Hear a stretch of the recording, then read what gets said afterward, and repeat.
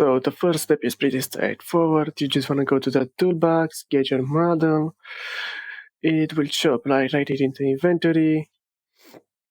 All right, I will place it in the front of the base plate. So you can see the fact that it renders out the objects.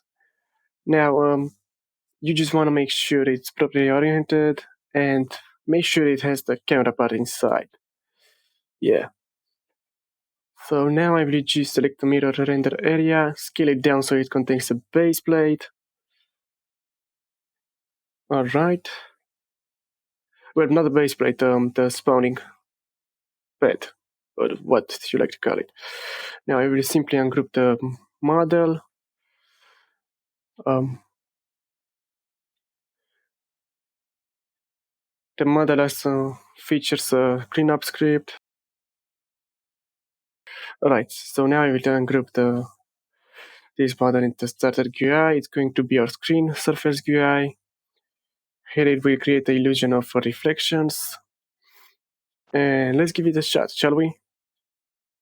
And oh no, it doesn't render the base plate. Well, let's just scale it down a little. Alright, make sure it contains an item, and yeah, it works. Now, also a pretty cool feature that I got it is the fact that if you move the model, it moves the image. Like, it doesn't really affect the position, so it's pretty versatile.